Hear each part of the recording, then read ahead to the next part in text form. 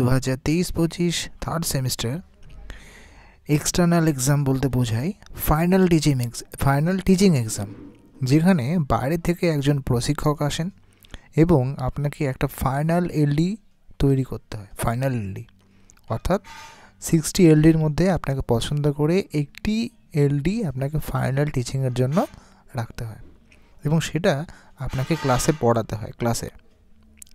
এবং এক্সটার্নাল যিনি থাকবেন তিনি আপনার সেই ক্লাসটা দেখবেন এবং সেটাই কিন্তু আপনার এক্সাম।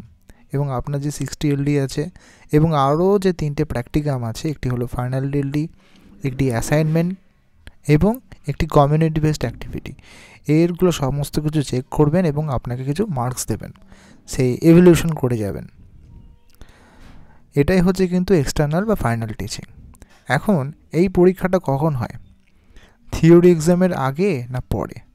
তো সেক্ষেত্রে বলে রাখি, আপনাদের কিন্তু অবশ্যই সেটা থিওরি এক্সামের আগে হবে।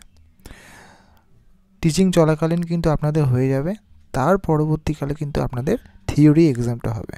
যেহেতু আপনাদের থিওরি এক্সাম একটি মাত্র পেপার 35 নম্বরে থিওরি এক্সাম, বাদবাকি সমস্তটাই কিন্তু প্র্যাকটিক্যালের উপর নির্ভর করছে। তাই অবশ্যই সেটা থিওরি এক্সামের আগে হবে এবং তারপরে আপনাদের থিওরি এক্সামটা হবে। টিচিং ইন্টার্নশিপ চলার সময় কিন্তু এই ফাইনাল এক্সামটা হয়ে যায়। কখন হয়? যখন মোটামুটি টিচিংটা শেষের দিকে হয়, একদম শেষ দিনে কিন্তু আপনাদের এই টিচিং পরীক্ষাটা হয়। আপনাদের 1 মাস 1.5 মাস টিচিং করার পর একটা দিন নির্ধারিত করা হয়, সেই দিনকে কিন্তু এক্সটার্নাল আসেন এবং এই পরীক্ষাটা কিন্তু করা হয়। আশা করি বোঝা গেল।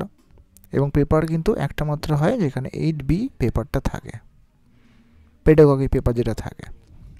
ভিডিওটা ইনফরমেটিভ মনে হলে লাইক করতে ভুলবেন না এবং এই ধরনের ভিডিও পাওয়ার জন্য সাবস্ক্রাইব করতে ভুলবেন না। ভালো থাকবেন, সুস্থ থাকবেন। ধন্যবাদ।